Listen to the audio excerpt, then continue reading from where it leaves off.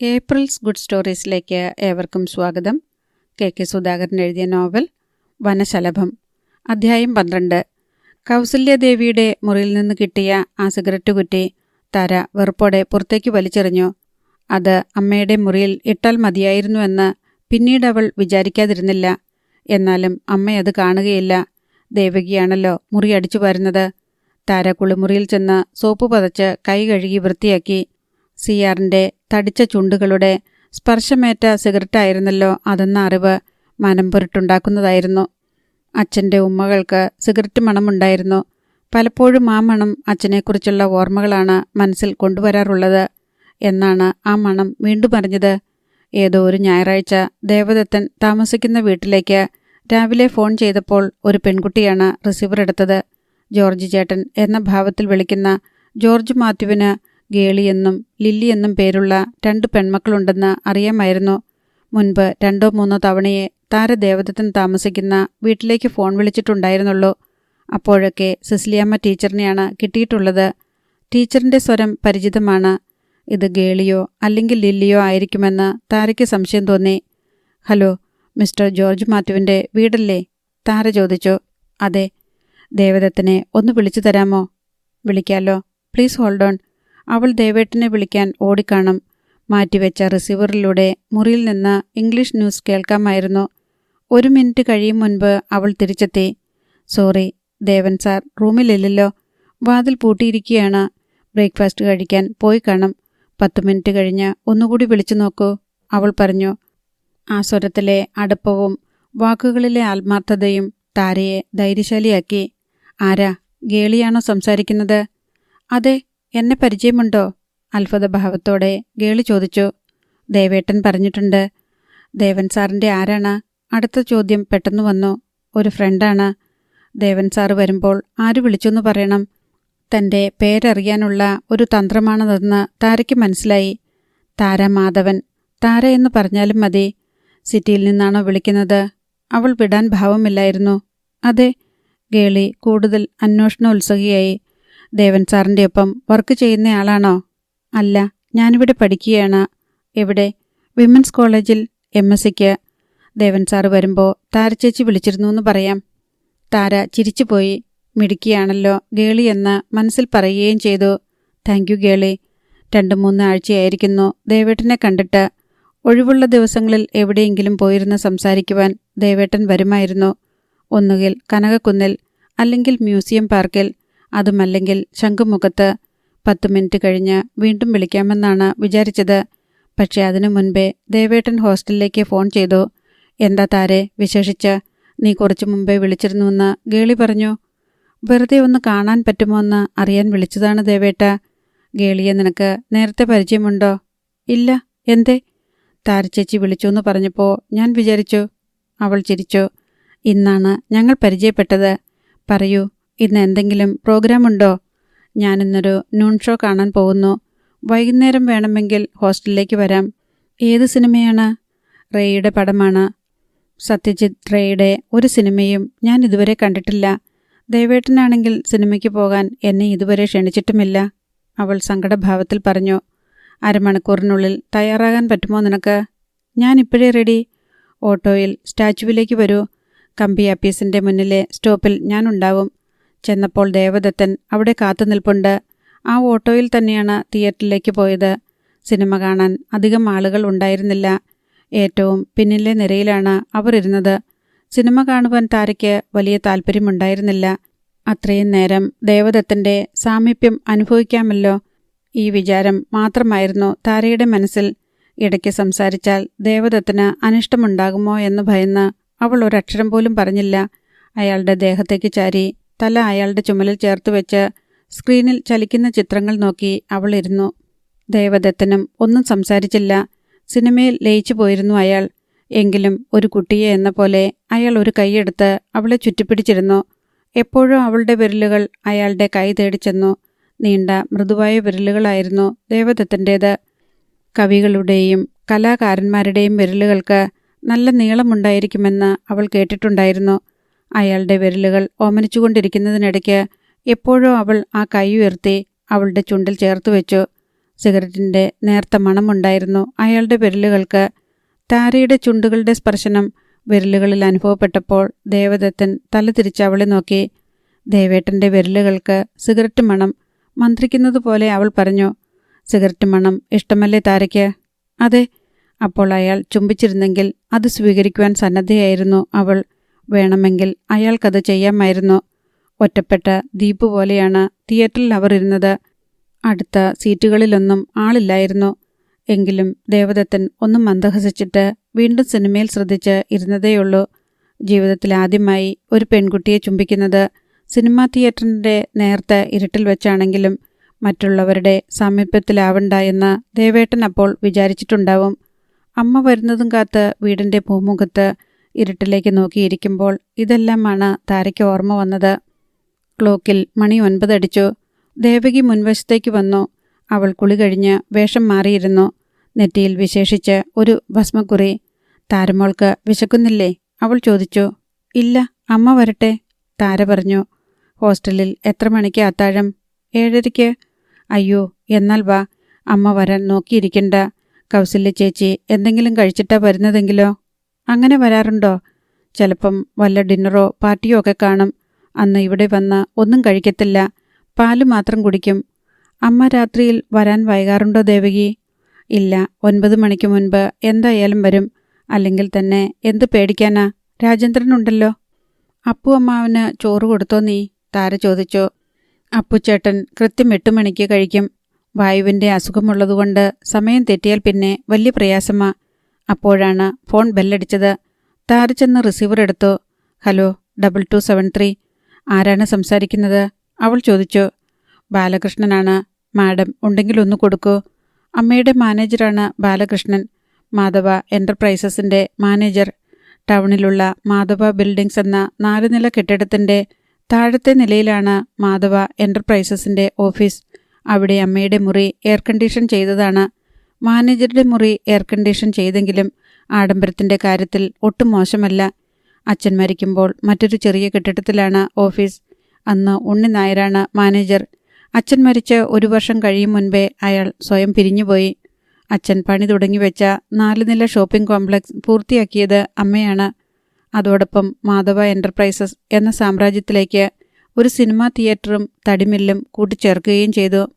ഉണ്ണി നായർക്ക് പകരം അമ്മ കണ്ടെത്തിയ മാനേജറാണ് ബാലകൃഷ്ണൻ. ചെറുപ്പക്കാരൻ, ചുറുചുറുക്കുള്ളവൻ. അമ്മ ഇല്ലല്ലോ ബാലകൃഷ്ണ, താര പറഞ്ഞു. ആര്, താരയാണോ സംസാരിക്കുന്നത്? അതെ. എപ്പോൾ വന്നു? ഇന്ന് വൈകുന്നേരം. നാളെ വരുമെന്നാണല്ലോ അമ്മ പറഞ്ഞത്. അമ്മ അപ്പോൾ വീട്ടുകാരുമൊക്കെ ഓഫീസിൽ പറയാറുണ്ടോ? താരയെ കൊണ്ടുവരാൻ നാളെ തിരുവനന്തപുരത്തേക്ക് പോകുമെന്ന് പറഞ്ഞിരുന്നു. എന്തിനാ ബാലകൃഷ്ണൻ ഇപ്പോൾ വിളിച്ചത്? വൈഫിൻ്റെ ഒരു ബന്ധു മരിച്ചു. ഞങ്ങൾ അങ്ങോട്ട് പോവുകയാണ്. നാളെ ഉച്ചയായിട്ടേ ഞാൻ ഓഫീസിൽ വരുമെന്ന് പറയാനാണ്. അമ്മ വരുമ്പോൾ ഞാൻ പറഞ്ഞാൽ മതിയോ? മതി.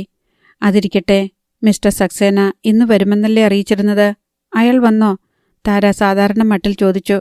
ബോംബെയിലുള്ള മെഹ്റാൻ മെഹ്റയിലെ അനിൽ സക്സേനയുടെ കാര്യമാണോ ചോദിക്കുന്നത്? അതെ. കഴിഞ്ഞയാഴ്ചയല്ലേ അയാൾ വന്നിട്ട് പോയത്. ഇനി ഉടനെ വരുമെന്ന് തോന്നുന്നില്ല. എന്തേ ചോദിച്ചത്? വെറുതെ. ഞാൻ ഇനി പണിയൊന്നുമില്ലാതെ വെറുതെ ഇരിക്കാൻ പോവുമല്ലേ. ഓഫീസ് കാര്യങ്ങൾ ശ്രദ്ധിച്ചാലോ എന്ന് വിചാരിക്കുന്നുണ്ട്. You are welcome. മാഡത്തിന് അതൊരു വലിയ സഹായമാകും. Okay Balakrishnan, good night. Good night. Tara receiver വെച്ചു. അപ്പോൾ ഒരു സാങ്കല്പിക കഥാപാത്രമല്ല സക്സേന. അയാളുടെ വരവിൻ്റെ കാര്യത്തിൽ മാത്രമേ അമ്മ സൗകര്യപൂർവ്വം നുണ പറഞ്ഞുള്ളൂ. പെട്ടെന്ന് കൗസല്യാദേവിയുടെ കാർ ഗേറ്റ് കടന്നു വന്നു. ഹെഡ്ലൈറ്റിൽ നിന്ന് പതിച്ച ശക്തിയുള്ള വെളിച്ചത്തിൽ താരയുടെ കണ്ണുകൾ മഞ്ഞളിച്ചുപോയി. പോർച്ചിൽ വന്നു നിന്ന കാറിൽ നിന്ന് കൗസല്യാദേവി മാത്രമേ ഇറങ്ങിയുള്ളൂ. വാതിലടഞ്ഞപ്പോൾ പിൻവശത്തുള്ള ഗ്യാരേജിലേക്ക് രാജേന്ദ്രൻ കാർ കൊണ്ടുപോയി. നീ വല്ലതും കഴിച്ചോ താരേ? വന്നപാടെ കൗസല്യ ചോദിച്ചു. ഇല്ല. എന്തിനാ എന്നെ വെയിറ്റ് ചെയ്തത്? നിനക്ക് കഴിക്കാമായിരുന്നില്ലേ? ആദ്യത്തെ ദിവസമല്ലേ, അമ്മ വന്നിട്ട് ഒന്നിച്ചിരിക്കാമെന്ന് വിചാരിച്ചു. 1 മിനിറ്റ്, ഞാനിതൊന്ന് അഴിച്ചിട്ട് വരാം, നീ ചെല്ല. ചെറുപ്പക്കാരിയെപ്പോലെ അമ്മ സ്റ്റെയർ കേസ് ഓടിക്കയറി പോകുന്നത് താര നോക്കി നിന്നു. ചേച്ചിയാണോ വന്നത്? ദേവകി ചോദിച്ചു. എന്നാൽ താരമോൾ വന്നോളൂ, ഞാനെല്ലാം വിളമ്പി വച്ചിരിക്കുവാണ്. ദേവകിയോടൊപ്പം താര ഊണുമുറിയിലേക്ക് ചെന്നു. ഒരു നൈറ്റ് ധരിച്ചുകൊണ്ട് കൗസല്യയും പെട്ടെന്ന് വന്നു. കോയിക്കലെ ജനാർദ്ദ പണിക്കരുടെ ഇളയ മോൻ വിജയൻ്റെ കല്യാണമായിരുന്നു മിനിഞ്ഞാന്ന്. ഗുരുവായൂർ വെച്ച്. കല്യാണത്തിന് പോകാൻ പറ്റാത്തവർക്ക് വേണ്ടി ഇന്ന് പണിക്കരുടെ വീട്ടിൽ വെച്ച് റിസപ്ഷൻ ഉണ്ടായിരുന്നു. എനിക്കവിടുന്ന് ചായ കഴിക്കേണ്ടി വന്നു താരേ. ഇപ്പോൾ ഒട്ടും വിശപ്പില്ല. നീ കഴിച്ചോളൂ. എനിക്ക് ഒരു പഴം മാത്രം മതി. ഊണുമേശയുടെ അടുത്ത് ഇരുന്നു കൊണ്ട് കൗസല്യ പറഞ്ഞു. അമ്മയുടെ കാതുകളിൽ മിന്നുന്നത് വൈരക്കമ്മലുകളാണെന്ന് താര കണ്ടു. അവൾ ഒന്നും പറയാതെ സ്വന്തം പ്ലേറ്റിലേക്ക് കുറച്ച് ചോറെടുത്ത് സാമ്പാർ ഒഴിച്ച് കുഴച്ചു. കൗസല്യ മേശപ്പുറത്തു നിന്നും ഒരു പൂവൻപഴം എടുത്തു. പരീക്ഷ എങ്ങനെ എഴുതി? ഒടുവിൽ ചോദ്യം വന്നു. മോശമല്ലാതെ എഴുതിയിട്ടുണ്ട്, താര പറഞ്ഞു. ഫസ്റ്റ് ക്ലാസ് കിട്ടുമോ? ചിലപ്പോൾ. എന്താ ഇനി നിന്റെ പ്ലാൻ? തീരുമാനിച്ചിട്ടില്ല. പിന്നെ ആരും ഒന്നും സംസാരിച്ചില്ല. താര നിശബ്ദമായിരുന്ന് ഊണ് കഴിച്ചു. കൗസല്യ ഏതോ ചിന്തയിൽ മുഴുകിയിരുന്നു. അവൾ ഊണ് കഴിച്ച് എഴുന്നേറ്റപ്പോൾ ദേവകി 2 ഗ്ലാസുകളിൽ പാലുമായി വന്നു. താരയുടെ കിടക്ക വിരിച്ചിട്ടോ നീ? കൗസല്യ അവളോട് ചോദിച്ചു. വിരിച്ചു. കൗസല്യ പാല് വാങ്ങി കുടിച്ചു. എൻ്റെ പാല് മുറിയിൽ വെച്ചേക്ക് ദേവകി, ഞാൻ പിന്നെ കുടിച്ചോളാം, താര പറഞ്ഞു. യാത്ര ചെയ്ത് ക്ഷീണിച്ചു വന്നതല്ലേ നീ, നേരത്തെ കിടന്നോളൂ, കൗസല്യ പറഞ്ഞു. അമ്മ സ്റ്റെയർകേസ് കയറി മുകളിലേക്ക് പോകുന്നത് നോക്കി നിന്നു. താരയുടെ മനസ്സിൽ മുൻപ് കണ്ട സിഗരറ്റ് കുറ്റിയുടെ കാര്യം പെട്ടെന്ന് തികട്ടി. അമ്മേ, ഒരു കാര്യം പറയാൻ മറന്നു, താര ഉച്ചത്തിൽ പറഞ്ഞു. കൗസല്യ തിരിഞ്ഞു നോക്കി. അച്ഛൻ്റെ മുറിയിൽ പഴയ ആഷ്ട്രേ കാണുമല്ലോ, ഒരെണ്ണമെടുത്ത് അമ്മയുടെ മുറിയിൽ വെക്കണം. ആ സിയാറിന് തീരെ ശ്രദ്ധയില്ല. കട്ടിലിൻ്റെ കീഴിൽ ഒരു സിഗരറ്റ് കുറ്റിയുണ്ടായിരുന്നു. ഞാനാ അതെടുത്ത് കളഞ്ഞത്, അവൾ പറഞ്ഞു. സ്തബ്ധയായി നിന്നുപോയ കൗസല്യദേവിയുടെ മുഖഭാവം എന്താണെന്ന് കാണാൻ ശ്രമിക്കാതെ താര വേഗം അവളുടെ മുറിയിലേക്ക് നടന്നു. മുറിയിൽ ചെന്നപ്പോൾ അവൾ തേങ്ങിപ്പോയി. അധ്യായം 13. എന്തു പറയണമെന്നറിയാതെ കൗസല്യദേവി ഒരു നിമിഷം കോണിപ്പടിയിൽ തരിച്ചു നിന്നു. കുറ്റപ്പെടുത്തുകയാണോ താര, അതോ പരിഹസിക്കുകയോ? ഒന്നും പറയേണ്ടി വന്നില്ല. അപ്പോഴേക്കും താര അവളുടെ മുറിയിലേക്ക് പോയി കഴിഞ്ഞിരുന്നു. കൗസല്യ മെല്ലെ പടികൾ ഓരോന്നായി കയറി. ഒരു കാര്യം അവർക്ക് ബോധ്യമായി. പഴയതുപോലെ സിയാറിന് ഇനി ഇവിടെ വരാൻ പറ്റില്ല. താര ഇവിടെ ഉള്ളിടത്തോളം കാലം വരണ്ട എന്ന് പറയാം. പക്ഷേ സിയാർ വരാതിരിക്കുമോ? ഇല്ല. കൗസല്യ കിടക്കയിലിരുന്നു. ദേവകി പതിവ് പോലെ ബെഡ്ഷീറ്റ് മാറ്റുകയും തലയിണയിൽ പുതിയ ഉറകൾ ഇടുകയും ചെയ്തിരിക്കുന്നു. ചെമ്പകപ്പൂവിൻ്റെ നേർത്ത മണമുള്ള ഒരുതരം ഹെയർ ഓയിലാണ് സിയാർ ഉപയോഗിക്കുന്നത്. അതിൻ്റെ സുഗന്ധം തലയണ ഉറകൾക്കുണ്ടാവും. ദേവകി അത് മനസ്സിലാക്കുമോ? അല്ലെങ്കിൽ തന്നെ ഇനി എന്ത് മനസ്സിലാക്കാനാണ്? പാൽ കുടിക്കുന്ന പൂച്ചയാണ് താൻ. എല്ലാവരും എല്ലാം അറിയുന്നുണ്ടെങ്കിലും ആരും ഒന്നും കാണുന്നില്ല എന്ന് ഞാൻ വ്രത വിശ്വസിക്കുന്നു. പക്ഷേ ഇനി അതൊന്നും നടപ്പില്ല. പരിചാരകർക്ക് ഈ വീട്ടിൽ അവരുടേതായ സ്ഥാനമേ ഉള്ളൂ. അവർക്ക് അതിൻ്റെ പരിമിതികളുമുണ്ട്. കാണാമറയത്തിരുന്ന് അവർക്ക് എന്തും വിചാരിക്കാം. പക്ഷേ നേരിട്ട് ഒന്നും ചോദിക്കാനോ പറയാനോ അവകാശമില്ല. ഇനിയിപ്പോൾ ഭയക്കേണ്ട ഒരാൾ വീട്ടിലുണ്ട്. അവൾക്ക് ചോദിക്കാനും പറയാനും അവകാശവും ധൈര്യവുമുണ്ട്. താര ചെറിയ കുട്ടിയൊന്നുമല്ല. 10-22 വയസ്സുള്ള ഒരു ചെറുപ്പക്കാരിയാണ്. കണ്ണടച്ച് ഇരുട്ടാക്കാൻ ഇനി പറ്റില്ല. കൗസല്യ ബാത്റൂമിലേക്ക് പോയി. പല്ലുകൾ ബ്രഷ് ചെയ്തു കഴിഞ്ഞപ്പോൾ വാഷ് ബേസിന് മുകളിൽ പതിച്ചിട്ടുള്ള വലിയ നിലക്കണ്ണാടിയിൽ അവർ തൻ്റെ പ്രതിഫലനം കണ്ടു. കണ്ടാൽ പ്രായം 43 ആയെന്ന് ആർക്കെങ്കിലും തോന്നുമോ? ഇല്ല. മുടിയിഴകൾ ഒന്നുപോലും വെളുത്തിട്ടില്ല. കണ്ണുകളുടെ തിളക്കം മങ്ങിയിട്ടില്ല. കവിളുകൾ ചീർത്തിട്ടില്ല. ചുണ്ടുകൾ ഇരുണ്ടിട്ടില്ല. ചർമ്മത്തിൽ വരകളോ ചുളിവുകളോ വീണിട്ടില്ല. കണ്ണാടിയിൽ കണ്ട രൂപത്തോട് കൗസല്യദേവിക്ക് ആരാധനയാണ് തോന്നിയത്. ശരീരത്തിന് എന്നും മുന്തിയ പരിഗണന കൊടുത്തിരുന്നു. അനാവശ്യമായി 1 ഇഞ്ച് വണ്ണമോ 1 ഗ്രാം ഭാരമോ കൂടാതിരിക്കാൻ പ്രത്യേകം ശ്രദ്ധിച്ചിരുന്നു. ശാരീരികമായ ആകർഷണീയതയെക്കുറിച്ച് കൗസല്യദേവി എന്നും ബോധവതിയായിരുന്നു. അകൽച്ച സൂക്ഷിച്ചുകൊണ്ട് തന്നെ പലരുടെയും ആരാധന നേടിയെടുക്കുവാനും അവർക്ക് കഴിഞ്ഞിരുന്നു. അകൽച്ചയുടെ കാര്യത്തിൽ വിട്ടുവീഴ്ച വേണ്ടി വന്നത് ഒരാളുടെ അടുത്തു മാത്രം. അത് സിആർ രാജഗോപാലൻ നായരായിരുന്നു. അറിയാതെ സംഭവിച്ചതല്ല, അറിഞ്ഞുകൊണ്ട് തന്നെ അനുവദിച്ചതാണ്. 32-ാം വയസ്സിൽ വിധവയായവളാണ്. യൗവനം കത്തി നിൽക്കുന്ന കാലം. ജീവിതമോ ആസ്വദിക്കാൻ ഏറെ ബാക്കി. ഒരിക്കൽ കൂടി വിവാഹിതയാകുവാൻ മനസ്സ് വന്നില്ല. പക്ഷേ ഒരു പുരുഷന്റെ സാമീപ്യം ആവശ്യമായിരുന്നു. അടുത്തുകൂടാനും സഹായം വാഗ്ദാനം ചെയ്യാനും പലരും വന്നു. താരയുടെ അച്ഛൻ്റെ മരണം അപ്രതീക്ഷിതമായിരുന്നെങ്കിലും പതറിയില്ല. ചില കണക്കുകൂട്ടലുകൾ മനസ്സിലുണ്ടായിരുന്നതുകൊണ്ട് ആരെയും അടുപ്പിച്ചതുമില്ല. അതുകാരണം ചിലരുടെയൊക്കെ വിരോധം സമ്പാദിക്കേണ്ടി വന്നു. കരുത്തും അധികാരവും സ്വാധീനവുമുള്ള ഒരു പുരുഷന്റെ പിൻബലമാണ് വേണ്ടിയിരുന്നത്. ചിലരെയൊക്കെ നിലയ്ക്ക് നിർത്താനും ചിലതൊക്കെ നേടിയെടുക്കാനും അത്യാവശ്യമായിരുന്നു. അത്തരത്തിൽ ഒരു പുരുഷൻ ചുറ്റുവട്ടത്തുണ്ടായിരുന്നു. Circle inspector Rajagopalan Nair. അടുത്തറിയാവുന്നവൻ, ഭർത്താവിൻ്റെ സ്നേഹിതൻ, ചെറുപ്പക്കാരൻ, സുമുഖൻ, അധികാരം ഉപയോഗപ്പെടുത്താൻ അറിയാവുന്നവൻ. ചെയ്തത് തെറ്റാണെന്ന് ഒരിക്കലും തോന്നിയിട്ടില്ല. നിലനിൽപ്പിനും വളർച്ചയ്ക്കും ആ ബന്ധം ആവശ്യമായിരുന്നു. എതിർക്കാനും പരിഹസിക്കാനും അപവാദം പറയുവാനും പലരുമുണ്ടായി. ഒന്നും വകവെച്ചു കൊടുത്തില്ല. എല്ലാവരും അടങ്ങി, ഒരാളൊഴിച്ച്. താര. എന്താണതിന് കാരണമെന്ന് കൗസല്യ പലപ്പോഴും ആലോചിച്ചിട്ടുണ്ട്. അച്ഛനുണ്ടായിരുന്ന കാലത്ത് സിയാറിനെ താരയ്ക്ക് വലിയ ഇഷ്ടമായിരുന്നു. അച്ഛൻ്റെ മരണത്തോടെ അവൾ അയാളെ വെറുത്തു. എന്തുകൊണ്ട്? ചെറിയ കുട്ടിയായിരുന്ന അവൾക്ക് അന്ന് 10-15 വയസ്സ് പ്രായം. സ്വയം ചിന്തിക്കാനോ കാര്യങ്ങൾ മനസ്സിലാക്കാനോ ഉള്ള ബുദ്ധി ഉറച്ചിട്ടുമില്ല. മാത്രമല്ല, സിയാറുമായുള്ള ബന്ധത്തെക്കുറിച്ച് അവൾക്ക് ഒന്നും അറിയാമായിരുന്നില്ല. എന്നിട്ടും അവൾക്ക് അയാളോട് പക വർദ്ധിച്ചതേയുള്ളൂ. അയാളെ കാണുമ്പോൾ നേരിട്ട് അത് പ്രകടിപ്പിച്ചില്ലെങ്കിലും അയാൾ വീട്ടിൽ വരുന്നത് അവൾക്ക് ഇഷ്ടമല്ലെന്ന് അമ്മയെ അറിയിക്കാതിരുന്നില്ല. ഒടുവിൽ സിയാറിൻ്റെ നിർദ്ദേശപ്രകാരമാണ് താരയെ കോൺവെന്റിലേക്ക് മാറ്റിയത്. താര പതിയെ അകലുകയായിരുന്നു. ഓണത്തിനും ക്രിസ്മസിനും മധ്യവേനൽ അവധിക്കും മാത്രം വീട്ടിൽ വന്നു. വന്നു കഴിഞ്ഞാൽ കഴിയുന്നത്ര വേഗം തിരിച്ചു പോകാനായിരുന്നു അവൾക്ക് താല്പര്യം. എന്നായാലും ഒടുവിൽ അവൾക്ക് അമ്മയുടെ അടുത്തേക്ക് തന്നെ വരാതിരിക്കാൻ പറ്റുമോ? അതായിരുന്നു ആശ്വാസം. ഇപ്പോൾ ഇതാ താര മടങ്ങിയെത്തിയിരിക്കുന്നു. പക്ഷേ നിലക്കണ്ണാടിയിലേക്ക് നോക്കി കൗസല്യാദേവി നിശ്ചലയായി നിന്നു. 22കാരിയായ ഒരു പെൺകുട്ടിയുടെ അമ്മയാണ് താൻ. അവൾ എന്തായാലും മകൾ. താൻ അമ്മ. അമ്മയെ അനുസരിക്കേണ്ടവളാണ് മകൾ. കൗസല്യ തണുത്ത വെള്ളത്തിൽ കണ്ണുകൾ കഴുകി, സോപ്പ് പതച്ച് കൈവിരലുകൾ വൃത്തിയാക്കി, ടവലെടുത്ത് മുഖവും കൈകളും തുടച്ചിട്ട് വന്ന് കിടക്കയിലിരുന്നു. 2ാം നിലയിലുള്ള കിടപ്പുമുറികളിൽ വെച്ച് ഏറ്റവും വലുതാണത്. അലങ്കാരങ്ങളായി മുറിയുടെ മൂലയ്ക്ക് ഒരു പീഠത്തിൽ നടരാജ വിഗ്രഹവും എതിർവശത്തെ ഭിത്തിയിലുള്ള ഒരു ഓയിൽ പെയിൻറ്റിങ്ങും മാത്രം. മദ്രാസിൽ ഏതോ ആവശ്യത്തിന് പോയപ്പോൾ സിയാർ വാങ്ങിക്കൊണ്ടുവന്നതാണ് ആ നടരാജ വിഗ്രഹം. ഓയിൽ പെയിൻറ്റിങ്ങിലുള്ളത് രാജസ്ഥാനി നർത്തകരാണ്. ബോംബെയിൽ പോയപ്പോൾ കരകൗശല വസ്തുക്കൾ വിൽക്കുന്ന ഒരു ഷോപ്പിൽ നിന്നാണ് അത് വാങ്ങിച്ചത്. നിറങ്ങളുടെ സമ്പന്നതയാണ് ആ ചിത്രം വാങ്ങാൻ പ്രേരിപ്പിച്ച ഘടകം. മാസ്റ്റർ ബെഡ്റൂം താഴത്തെ നിലയിലാണ്. താരയുടെ അച്ഛൻ്റെ മരണത്തിന് ശേഷം ഒരു ദിവസം പോലും ആ മുറിയിൽ ഉറങ്ങിയിട്ടില്ല.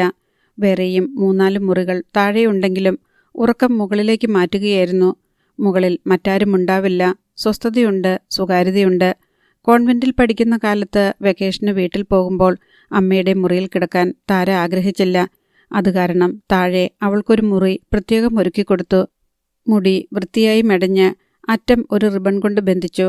ഉറങ്ങുമ്പോൾ മുടി ഒരിക്കലും അഴിച്ചിടാറില്ല. താരയുടെ അച്ഛൻ അത് അനുവദിക്കുമായിരുന്നില്ലെങ്കിലും താരയുടെ അച്ഛൻ സൗന്ദര്യാസ്വാദകനായിരുന്നു. ഒരുപക്ഷെ ശരീരപരിചരണത്തിൻ്റെ ആദ്യ പാഠങ്ങൾ പഠിപ്പിച്ചത് താരയുടെ അച്ഛനായിരുന്നിരിക്കണം. ജീവിതചര്യകളിൽ ചിട്ടയും ആരോഗ്യകാര്യങ്ങളിൽ അതീവ ശ്രദ്ധയും പുലർത്തിയിരുന്ന ആളാണ്. വെറും 38ാമത്തെ വയസ്സിൽ ബെഡ്റൂം ലാമ്പ് മാത്രം തെളിയിച്ചിട്ട് കൗസല്യാദേവി മറ്റ് ലൈറ്റുകളെല്ലാം അണച്ചു. പിന്നെ ഉറങ്ങാൻ കിടന്നു. ഉറങ്ങാൻ കിടന്നാൽ 5 മിനിറ്റിനകം നിദ്ര അനുഗ്രഹിക്കുമായിരുന്നു താരയുടെ അച്ഛനെ. ഉറങ്ങാൻ കിടക്കുമ്പോൾ സകല ചിന്തകളും മനസ്സിൽ നിന്നും മായ്ച്ചു കളയണമെന്ന് താരയുടെ അച്ഛൻ പറയുമായിരുന്നു. തടാകം പോലെ ശാന്തമായിരിക്കണം മനസ്സ്. അന്ന് സംഭവിച്ചതിനെക്കുറിച്ച് ഓർക്കരുത്. പിറ്റേ ദിവസം സംഭവിക്കാനിരിക്കുന്നതിനെക്കുറിച്ച് ചിന്തിക്കരുത്. അത് സാധിക്കുമോ? നമ്മൾ എന്തായാലും മനുഷ്യരല്ലേ? ആദ്യമായി അക്കാര്യം സംസാരിച്ച് അന്ന് സംശയം ചോദിച്ചു. സാധിക്കും. ധ്യാനം മാത്രം മതി. എന്തെങ്കിലും ഒന്നിൽ മനസ്സ് പിടിച്ചു നിർത്തണം. മനസ്സിനെ വെറുതെ അലയാൻ വിടരുത്. പരിശീലനം കൊണ്ട് ഏകാഗ്രത നേടാൻ കഴിയും. ഞാൻ പറഞ്ഞില്ലേ, ശാന്തമായ തടാകം പോലെയായിരിക്കണം മനസ്സ് എന്ന്. സൗകര്യത്തിന് വേണമെങ്കിൽ കൗസല്യ മനസ്സിനെ ഒരു നീല തടാകത്തിൽ കേന്ദ്രീകരിക്കൂ. ആദ്യമൊന്നും മനസ്സിനെ പിടിച്ചു നിർത്താൻ കഴിഞ്ഞില്ല. പിന്നെ പിന്നെ വിജയം കണ്ടെത്തി തുടങ്ങി.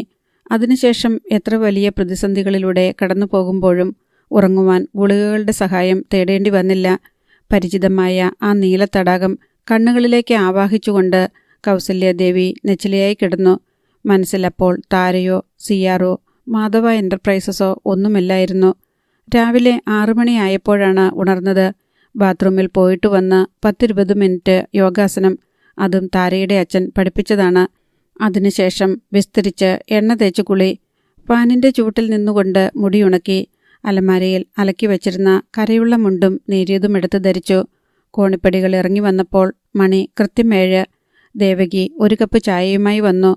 താര എഴുന്നേറ്റോ ദേവകി? ചായ വാങ്ങിക്കൊണ്ട് ചോദിച്ചു. ഇല്ല ചേച്ചി, പരീക്ഷ കഴിഞ്ഞു വന്നതല്ലേ, നല്ല ക്ഷീണം കാണും, വിളിക്കണ്ട, ഉറങ്ങിക്കോട്ടെ. ഞാൻ അമ്പലത്തിൽ പോയിട്ട് വരാം. വീട്ടിലുള്ളപ്പോഴൊക്കെ രാവിലെ അമ്പലത്തിൽ പോവുക ഒരു പതിവാണ്. ഭക്തി കൊണ്ട് മാത്രമല്ല, പ്രഭാതത്തിൽ ശുദ്ധവായുവും ചെറിയ നടപ്പും ആരോഗ്യത്തിന് നല്ലതാണ്. 5 മിനിറ്റ് അങ്ങോട്ട്, 5 മിനിറ്റ് ഇങ്ങോട്ട്, അമ്പലത്തിൽ 10 മിനിറ്റ്. ഈ സമയത്താണ് സ്ഥലവാസികളായ പലരെയും കാണുന്നതും സൗഹൃദം പുതുക്കുന്നതും. വലിപ്പച്ചെറുപ്പമില്ലാതെ എല്ലാവരോടും കുശലം പറയാറുണ്ട്. താരയുടെ അച്ഛൻ പഠിപ്പിച്ചു തന്നിട്ടില്ലാത്ത ഒരു കാര്യമാണ് ഈ പൊതുജന സമ്പർക്ക പരിപാടി. മഴയുള്ള ദിവസങ്ങളിൽ മാത്രമേ അമ്പലത്തിലേക്ക് കാറിൽ പോകൂ. രാവിലെ ഒറ്റയ്ക്കുള്ള ഈ പോക്ക് അത്ര പന്തിയല്ലെന്ന് ഒരിക്കൽ CR സൂചിപ്പിച്ചു. ടാറിട്ട നിരത്താണെങ്കിലും നാട്ടുപാതയാണ്. ചില ഭാഗത്ത് അടുത്തെങ്ങും വീടുകളില്ല. റോഡ് പലപ്പോഴും വിജനവുമായിരിക്കും ആ നേരത്ത്. പിടിച്ചു പറിക്കാൻ എൻ്റെ കയ്യിൽ എന്താണുള്ളത്? ഒരു മാലയ്ക്കും 2 വളകൾക്കും വേണ്ടി ആരെങ്കിലും സാഹസികത കാട്ടുമോ ഇവിടെ? അതല്ല പിന്നെന്താ? എൻ്റെ സൗന്ദര്യം കണ്ട് സഹിക്കവയ്യാതെ ആരെങ്കിലും? അതല്ല കൗസല്യ, നിങ്ങൾക്ക് ശത്രുക്കളുണ്ട്. ഞാൻ ഭയപ്പെടുത്തുകയല്ല. പക്ഷേ വാശിയും വൈരാഗ്യവുമൊക്കെ ജീവന് തന്നെ ഭീഷണിയായി കൂടുന്നില്ല. CR എന്തുകൊണ്ടാണ് അങ്ങനെ പറഞ്ഞതെന്ന് പെട്ടെന്ന് മനസ്സിലായി. അന്ന് വേലായുധൻ നായരുമായി ബിസിനസ് പരമായി അല്പം ശത്രുതയിലായിരുന്നു. അയാൾ പ്രബലനായ അബ്കാരി കോൺട്രാക്ടറാണ്. പ്രൈവറ്റ് ബസ് സ്റ്റാൻഡിനോട് ചേർന്നുള്ള 12 സെന്റ് സ്ഥലം വിൽപ്പനയ്ക്കുണ്ടെന്നറിഞ്ഞപ്പോൾ അത് വാങ്ങുവാൻ വേലായുധൻ നായർക്ക് മോഹമുണ്ടായി. അയാൾ വാഗ്ദാനം ചെയ്തതിലധികം വില കൊടുത്ത് മാധവ എൻ്റർപ്രൈസസ് അത് സ്വന്തമാക്കി. അന്നു മുതൽ വേലായുധൻ നായർ ആൻഡ് സൺസും മാധവ എൻ്റർപ്രൈസസും തമ്മിൽ ചില മത്സരങ്ങളും ചില്ലറ ഉരസലുകളുമുണ്ടായി. അക്കാലത്താണ് ഒറ്റയ്ക്ക് നടക്കുന്നതിലുള്ള അപകടത്തെക്കുറിച്ച് CR മുന്നറിയിപ്പ് തന്നത്. ഒറ്റയ്ക്കുള്ള നടപ്പ് നിർത്തുകയോ മുന്നറിയിപ്പ് തള്ളിക്കളയുകയോ ചെയ്തില്ല. ആ ആഴ്ച തന്നെ വേലായുധൻ നായരുമായി ഒരു സൗഹൃദ സന്ദർശനം തരപ്പെടുത്തി. പിന്നെ 1-2 സന്ദർശനങ്ങൾ കൂടി. അതു മതിയായിരുന്നു ശത്രുതയുടെ മഞ്ഞുരുകാൻ. മനുഷ്യരെല്ലാവരും അടിസ്ഥാനപരമായി നല്ലവരും ശുദ്ധാത്മാക്കളുമാണ്. ചില നേരത്ത് ചിലരുടെ നേർക്ക് അവർ പത്തി ഉയർത്തുമെന്നേ ഉള്ളൂ. 7:30 കൗസല്യ അമ്പലത്തിൽ നിന്ന് മടങ്ങിവന്നു. ഗരാജിൽ നിന്ന് കാറിറക്കി തുടച്ചു മിനുക്കുകയായിരുന്നു രാജേന്ദ്രൻ. അപ്പോൾ അടുക്കളയിലേക്കാണ് കൗസല്യ നേരെ ചെന്നത്. പ്രാതലുണ്ടാക്കുന്ന തിരക്കിലായിരുന്നു ദേവകി. താരയ്ക്ക് ചായ കൊടുത്തോ നീ? ഇല്ല, ഇതുവരെ താരമ്മോൾ എഴുന്നേറ്റ് വന്നില്ല. ഉറങ്ങിക്കോട്ടെ എന്ന് പറഞ്ഞതുകൊണ്ട് ഞാൻ വിളിച്ചതുമില്ല. കൗസല്യ താരയുടെ മുറിയിലേക്ക് ചെന്നു. വാതിൽ ചാരിയിട്ടേ ഉള്ളായിരുന്നു. 2 തവണ തട്ടിയിട്ട് അവർ കതക് തുറന്നു. പക്ഷേ മുറിയിൽ താരയെ കണ്ടില്ല. ബാത്റൂമിലും അവൾ ഉണ്ടായിരുന്നില്ല. താരേ, അവർ നീട്ടി വിളിച്ചു. താഴത്തെ നിലയിലും മുകളിലത്തെ നിലയിലും അവളെ കണ്ടില്ല. താരയെ കണ്ടോ നീ? അവൾ രാജേന്ദ്രനോട് ചോദിച്ചു. ഇല്ല. കൗസല്യ പിന്നെ ഔട്ട് ഹൗസിൽ പോയി നോക്കി. താര ഇങ്ങോട്ട് വന്നായിരുന്നു അപ്പുച്ചേട്ടാ? ഇന്നലെ സന്ധ്യയ്ക്ക് വന്നായിരുന്നു. പിന്നെ എവിടെ പോയി അവൾ? ഇവിടെ എവിടെയെങ്കിലും കാണും, അല്ലാതെ എവിടെ പോകാനാ? നിസ്സാരം മട്ടിൽ കൗസല്യദേവി പറഞ്ഞെങ്കിലും അവർക്ക് അങ്ങനെ അങ്ങ് ആശ്വസിക്കാൻ കഴിഞ്ഞില്ല. അധ്യായം 14. വെള്ളത്തിലേക്ക് ഇറങ്ങണമെന്നുണ്ടായിരുന്നു താരയ്ക്ക്. ഇറങ്ങിയാൽ ചുരിദാർ നനയും. കാൽവെണ്ണയിൽ നനഞ്ഞൊട്ടിയ വസ്ത്രവുമായി നടക്കുക സുഖമുള്ള കാര്യമല്ല. കുളത്തിൻ്റെ ഏറ്റവും താഴത്തെ സിമന്റ് പടവിൽ അവൾ ഇരുന്നു. വെള്ളം കയറിക്കിടക്കുന്ന പടവിനടുത്തേക്ക് മത്സ്യങ്ങൾ കൂട്ടത്തോടെ വന്നു നിൽക്കുന്നു. കൈപ്പത്തിയോളം വലിപ്പമുള്ള മത്സ്യങ്ങൾ. വെള്ള നിറമാണവയ്ക്ക്. 100 1000 മത്സ്യങ്ങളല്ല, എണ്ണിയാലൊടുങ്ങാത്തത്രയുണ്ട്. താരയുടെ നിഴൽ കണ്ട് പ്രതീക്ഷയോടെ അവ വന്നു നിൽക്കുകയാണ്. വയലിൻ്റെ കരയിലാണ് കാവ്. കാവിനോട് ചേർന്നാണ് കുളം. കാവിൻ്റെ കുളമായതുകൊണ്ട് ആരും വന്ന് മത്സ്യം പിടിക്കാറില്ല. ഭയന്നിട്ടാണ്. ദൈവത്തെയും നാട്ടുകാരെയും. ദൈവത്തെ കബളിപ്പിക്കാമെന്ന് വയ്ക്കാം. പക്ഷേ നാട്ടുകാർ കണ്ടാൽ വെറുതെ വിടില്ല. കൈയോടെ തല്ലുകിട്ടും. കാവിൽ വിളക്ക് വെച്ച് തൊഴാൻ ആരെങ്കിലുമൊക്കെ വരും. ചിലർ കുളത്തിൽ അരി വിതറും മത്സ്യങ്ങൾക്കു വേണ്ടി. 1 മണി അരി പോലും വെള്ളത്തിൽ നിന്ന് താഴേക്ക് പോവുകയില്ല. അതിനു മുൻപേ ഏതെങ്കിലും മത്സ്യം വെട്ടിവിഴുങ്ങിയിരിക്കും. താര വന്നപ്പോൾ സമീപത്തെങ്ങും ആരെയും കണ്ടില്ല. നോക്കത്ത ദൂരത്തോളം പച്ച വിരിച്ച നെൽവയലാണ്. മഞ്ഞ് വീണ നെല്ലോലകൾ തല താഴ്ത്തി നിൽക്കുന്നു. വീട്ടിൽ നിന്നിറങ്ങുമ്പോൾ സത്യത്തിൽ കാവിലേക്ക് വരണമെന്ന് ഉദ്ദേശമുണ്ടായിരുന്നില്ല താരയ്ക്ക്. വൈകിയാണ് രാത്രിയിൽ ഉറങ്ങിയതെങ്കിലും നേരം വെളുക്കും മുൻപേ ഉണർന്നു. അമ്പലത്തിലേക്ക് ഒന്ന് പോയാലോ എന്ന് അപ്പോഴാണ് തോന്നിയത്. രാവിലെ താര അമ്പലത്തിൽ പോകാറില്ല. സന്ധ്യയ്ക്ക് ദീപാരാധനയാണ് പ്രിയം. അമ്മയോടൊപ്പം അമ്പലത്തിൽ പോക്ക് ഒഴിവാക്കാനാവണം സന്ധ്യയ്ക്ക് പോകാൻ താൻ ഇഷ്ടപ്പെടുന്നതെന്ന് ചിലപ്പോഴൊക്കെ താരയ്ക്ക് തോന്നിയിട്ടുണ്ട്. മുൻവാതിൽ തുറന്ന് അവൾ പൂമുഖത്തേക്ക് വന്നപ്പോൾ പുറത്തെങ്ങും ആരും ഉണ്ടായിരുന്നില്ല. അടുക്കളയിൽ പാത്രം ചിലമ്പുന്ന ശബ്ദം കേട്ടു. ദേവകിയല്ലാതെ വേറെ ആരും ഉണർന്നിട്ടില്ലെന്ന് മനസ്സിലായി. അമ്പലത്തിലേക്ക് പോകാം എന്ന തീരുമാനത്തോടെയാണ് ഗേറ്റ് തുറന്നതെങ്കിലും അമ്മയെ അവിടെ വെച്ച് കണ്ടുമുട്ടേണ്ടി വരുമല്ലോ എന്നോർത്തപ്പോൾ പെട്ടെന്ന് നിന്നു. അമ്മ അമ്പലത്തിലേക്ക് വരും മുൻപ് തിരിച്ചെത്താൻ കഴിയുമോ എന്ന കാര്യം സംശയമാണ്. വലത്തേക്ക് തിരിഞ്ഞാണ് അമ്പലത്തിലേക്ക് പോകേണ്ടത്. ഇടത്തേക്ക് തിരിഞ്ഞാൽ കാവിൽ ചെല്ലാം. താര ഇടത്തേക്കാണ് തിരിഞ്ഞത്. കാവിൽ അമ്പലമോ വിഗ്രഹമോ പൂജാരിയോ പൂജയോ ഇല്ല. പൊക്കമുള്ള ഒരു കൽവിളക്ക് മാത്രം. അതിൽ ആർക്ക് വേണമെങ്കിലും എണ്ണയൊഴിച്ച് തിരികത്തിക്കാം. കൽവിളക്കിലെ കരിയാണ് പ്രസാദം. കാവിൽ വന്ന് കൽവിളക്കിന് മുൻപിൽ താര വെറുതെ നിന്നു. മാനം മുട്ടി നിൽക്കുന്ന മരങ്ങളിൽ പലതരം പക്ഷികളുണ്ടായിരുന്നു. അവ ചിലച്ചുകൊണ്ടിരുന്നു. പണ്ട് കാവിൽ കുരങ്ങന്മാരുണ്ടായിരുന്നു. ഇപ്പോൾ ഒന്നുപോലുമില്ല. ദേവകിയുമൊത്ത് ഒരു ദിവസം വൈകുന്നേരം കാവിൽ വരണമെന്ന് താര തീരുമാനിച്ചു. കൽവിളക്കിന് 7 തട്ടുകളുണ്ട്. ഓരോ തട്ടിലും 7 തിരികൾ വീതം വയ്ക്കാം. 49 തിരികൾ വേണം. എല്ലാ തട്ടിലും ഒഴിക്കാൻ എണ്ണയും വേണം. നിറയെ എണ്ണയൊഴിച്ചാൽ തിരികൾ വെളുക്കുവോളം കത്തും. ഒരാൾ പൊക്കത്തിൽ ഉജ്ജ്വല ശോഭയോടെ നിറദീപങ്ങളുമേന്തി പാതിരാത്രിയിലും കത്തി നിൽക്കുന്ന കറുത്ത കൽവിളക്ക് ഓർത്തപ്പോൾ കൗതുകം തോന്നി. താര കൈ നീട്ടി കൽവിളക്കിൽ തൊട്ടു. വെളുത്ത വിരൽത്തുമ്പിൽ കൺമഷി പോലെ കരി. അവളത് വാസനിച്ചു നോക്കി. മരോട്ടി എണ്ണയുടെ ഗന്ധം. പിന്നീടാണ് അവൾ കുളത്തിലേക്ക് വന്നത്. വാച്ചെടുത്തിട്ടില്ല. അതുകൊണ്ട് സമയം അറിയാൻ വയ്യ. ചെറിയ ഒരു ചൂരൽ കഷ്ണം എടുത്ത് അവൾ വെള്ളത്തിലേക്കിട്ടു. എന്തോ ആഹാരമാണെന്ന് തെറ്റിദ്ധരിച്ച് മത്സ്യങ്ങൾ ഒന്നോടെ അവിടേക്ക് കുതിച്ചു. അത് കണ്ടപ്പോൾ അവൾക്ക് പാവം തോന്നി. പെട്ടെന്നാണ് താരയ്ക്ക് ഒരു കാര്യം ഓർമ്മ വന്നത്. കാവിൻ്റെ കുറച്ചപ്പുറത്തു മാറി കുഴൽ കിണറും ചുമട് താങ്ങിയുമുള്ള ഒരു കവലയുണ്ട്. കവലയിൽ ഒരേ ഒരു ചായക്കട. അതിനോട് ചേർന്ന് ഒരു മുറുക്കാൻ കടയും അയാൾ നടത്തുന്നുണ്ട്. ചെറിയച്ഛനെ കാണാൻ തറവാട്ടിലേക്ക് പോകുന്നത് ഈ കവലയിൽ കൂടിയാണ്. അപ്പോൾ തങ്കപ്പൻ പിള്ളയുടെ മുറുക്കാൻ കടയുടെ മുന്നിൽ നിരത്തി വച്ചിരിക്കുന്ന കണ്ണാടി ഭരണികൾക്കുള്ളിൽ ബിസ്ക്കറ്റും മിഠായിയും അവൾ കണ്ടിട്ടുണ്ട്. ബിസ്ക്കറ്റ് മത്സ്യങ്ങൾക്ക് പ്രിയങ്കരമായിരിക്കും. ജീരക മിഠായി ആയാലും മതി. കയ്യിൽ ചില്ലിക്കാശ് പോലുമില്ലെന്ന് അപ്പോഴാണ് ഓർത്തത്. എങ്കിലും അവൾ എഴുന്നേറ്റു. മാധവസദനത്തിലെ താരയെ അറിയാത്തവർ ആരാണ് ഈ നാട്ടിലുള്ളത്? കവലയിലേക്ക് മെല്ലെ നടക്കുമ്പോൾ എതിരെ വന്ന 1-2 പേർ അവളെ തുറച്ചു നോക്കി. ഇത്ര രാവിലെ ഈ പെണ്ണ് ഒറ്റയ്ക്ക് എങ്ങോട്ട് പോവുകയാണ്? പരിചയമുള്ള ഒരാളെ കണ്ടപ്പോൾ കുശലം ചോദിച്ചു. അവൾ ചെന്നപ്പോൾ ചായക്കടയുടെ മുറ്റത്തിട്ട ബെഞ്ചിലിരുന്ന് ഒരു ചെറുപ്പക്കാരൻ ചായ കുടിക്കുന്നുണ്ടായിരുന്നു. കടുനിറത്തിലുള്ള ഷർട്ട് കണ്ടപ്പോൾ അവൾക്ക് ആളിനെ പെട്ടെന്ന് മനസ്സിലായി. സാംസൺ. അവൾ കടയിലേക്ക് ചെല്ലും മുൻപേ ജോയി അവളെ കണ്ടു. ചായ ഗ്ലാസ് ബെഞ്ചിൽ വെച്ചിട്ട് അയാൾ വേഗം അവളുടെ അടുത്തേക്ക് വന്നു. താരക്കുട്ടി എന്നു വന്നു? അയാൾ ആഹ്ലാദത്തോടെ ചോദിച്ചു. ഇന്നലെ. ഞാൻ അറിഞ്ഞില്ലായിരുന്നു കേട്ടോ. എന്താ ഇപ്പം തനിച്ച്? തനിച്ചല്ലാതെ എന്നെ എപ്പോഴെങ്കിലും കണ്ടിട്ടുണ്ടോ സാംസൺ? അവൾ ചോദിച്ചു. ഇല്ല എന്നർത്ഥത്തിൽ തലയാട്ടിക്കൊണ്ട് ജോയി ചിരിച്ചു. അയാൾ മുടി പറ്റെ വെട്ടിച്ചിരുന്നു. എന്നിട്ടും കരുത്തിന് ഒരു കുറവുമുണ്ടായി കാണുകയില്ലെന്ന് പുഞ്ചിരിയോടെ അവൾ ചിന്തിച്ചു. ഓരോ ചലനത്തിലും പേശികൾ തുടിക്കുകയാണ്. രാവിലെ എഴുന്നേറ്റപ്പോൾ കാവിൽ വരണമെന്ന് തോന്നി.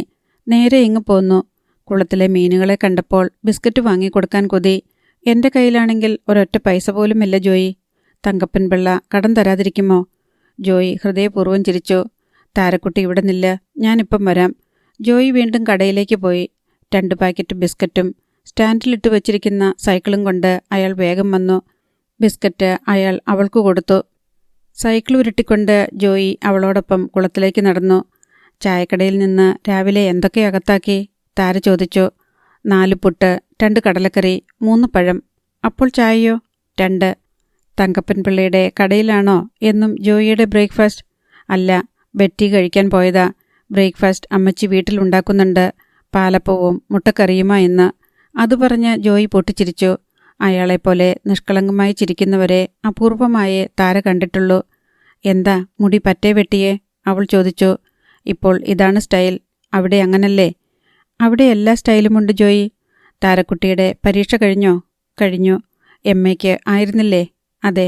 അപ്പോൾ കഷ്ടിച്ച് എഴുതാനും വായിക്കാനും പഠിച്ചുന്നർത്ഥം. അതെ അതെ, അവൾ പൊട്ടിച്ചിരിച്ചു. കുളത്തിൻ്റെ കരയിൽ സൈക്കിൾ വെച്ചിട്ട് ജോയിയും അവളോടൊപ്പം പടികൾ ഇറങ്ങിച്ചെന്നു. അവൾ പാക്കറ്റ് പൊട്ടിച്ച് ബിസ്ക്കറ്റ് ഓരോന്നായി എടുത്ത് കഷ്ണങ്ങളാക്കി വെള്ളത്തിലേക്ക് ഇട്ടുകൊടുത്തു.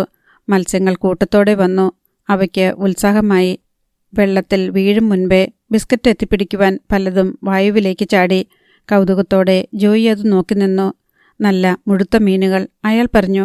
എന്താ, കണ്ടിട്ട് കൊതി വരുന്നുണ്ടോ? താര ചോദിച്ചു. സത്യം പറഞ്ഞാൽ ഉണ്ട്. ധൈര്യമുണ്ടെങ്കിൽ പിടിച്ചോണ്ട് പോ, അവൾ പറഞ്ഞു. രാത്രിയിൽ വന്ന് അരമണിക്കൂർ മെനക്കെട്ടാൽ മതി. ഒരു 100 എണ്ണത്തിനെങ്കിലും നിഷ്പ്രയാസം പിടിക്കാം. പക്ഷേ അതല്ല കുഴപ്പം. അതുകൊണ്ട് വീട്ടിലേക്ക് ചെല്ലാൻ പറ്റുകയില്ല. അതെന്താ? എവിടുന്നാ പിടിച്ചതെന്ന് അമ്മച്ചിക്ക് മനസ്സിലാവും. ചൂലെടുത്ത് എന്നെ തല്ലി ഓടിക്കും. എന്നാൽ പിന്നെ ഒരു പെണ്ണ് കെട്ടണം. അമ്മയെ ആശ്രയിക്കണ്ടല്ലോ. പെണ്ണ് കെട്ടുന്നതിലും ഭേദം മീൻ തിന്നാതിരിക്കുന്നതാ താരക്കുട്ടി. താര ചിരിച്ചുപോയി. 2 പാക്കറ്റ് ബിസ്ക്കറ്റും തീർന്നു. എന്നിട്ടും മത്സ്യങ്ങൾ രുചി പിടിച്ച് ചുറ്റിപ്പറ്റി നിന്നു. മക്കളെ, ഇന്നത്തെ ബിസ്ക്കറ്റ് വീഴ്ത്തൽ കഴിഞ്ഞു. ഇനി പോയിട്ട് നാളെ വാ, ജോയി പറഞ്ഞു. അവർ മെല്ലെ വീട്ടിലേക്ക് നടന്നു. മോളി ഇപ്പോഴെവിടാ ജോയി? താര ചോദിച്ചു. പെട്ടെന്ന് അയാളുടെ മുഖം മങ്ങി. മട്ടാഞ്ചേരിയിലാന്നാ അറിഞ്ഞത്.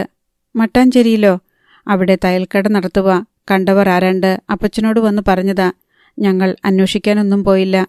എന്തൊക്കെയായാലും അവൾ ജോയിയുടെ പെങ്ങളല്ലേ. പോയി കാര്യങ്ങളൊക്കെ അറിയണം. ഇഷ്ടപ്പെട്ടവൻ്റെ കൂടെ ഇറങ്ങിപ്പോയത് ഞാൻ ക്ഷമിക്കാൻ തയ്യാറാ താരക്കുട്ടി. പക്ഷേ അത് മഠത്തിൽ ചേരുന്നതിന് മുൻപ് വേണമായിരുന്നു, അയാൾ പകയോടെ പറഞ്ഞു. താര ഒന്നും മിണ്ടിയില്ല. മഠത്തിൽ ചേരണ്ട മോളെ എന്ന് ഞാൻ അവളോട് ആവുന്നത്ര പറഞ്ഞതാ. എന്നിട്ടവൾ കേട്ടില്ല. എന്നിട്ട് അവിടെ അടങ്ങി ഒതുങ്ങി നിന്നോ? അതുമില്ല.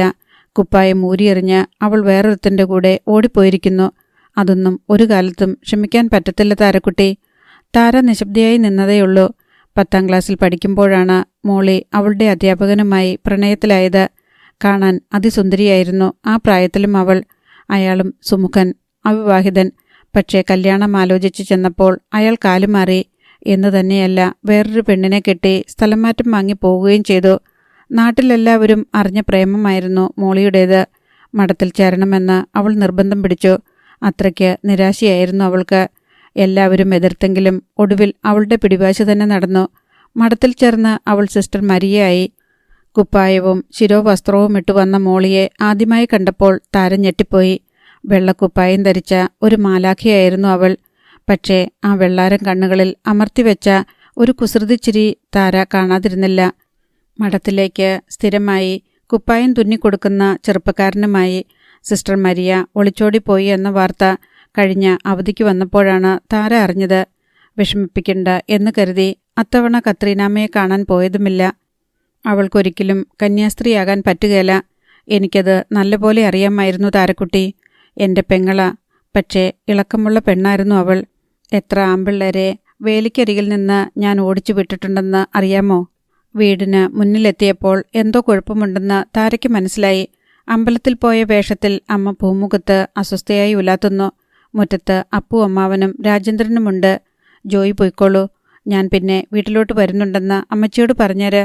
താര ഗേറ്റ് തുറന്ന് അകത്തേക്ക് കയറി. അവളെ കണ്ടതോടെ കൗസല്യാദേവി പടികളിറങ്ങി വന്നു. എവിടെ പോയതായിരുന്നു താരേ നീ? കോപമടക്കി അവർ ചോദിച്ചു. കാവിൽ അമ്പലത്തിൽ, അവൾ ശാന്തസ്വരത്തിൽ പറഞ്ഞു. ഒന്ന് പറഞ്ഞിട്ട് പോകാമായിരുന്നില്ലേ നിനക്ക്? ആരോട്? കൗസല്യാദേവി ഒന്ന് പതറി. അമ്മ എവിടെയെങ്കിലും പോകുമ്പോൾ എന്നോട് പറയാറുണ്ടോ? ഇന്നലെ ജനാർദ്ദന പണിക്കരുടെ വീട്ടിൽ കല്യാണത്തിന് പോയപ്പോൾ ഞാനിവിടെ ഉണ്ടായിരുന്നല്ലോ. എന്നോടൊന്ന് പറഞ്ഞിട്ടാണോ അമ്മ പോയത്? പകരത്തിന് പകരമാണോ? ഏയ്, അമ്മയോട് എതിർക്കാൻ ഞാനത്ര വിഡ്ഢിയൊന്നുമല്ല.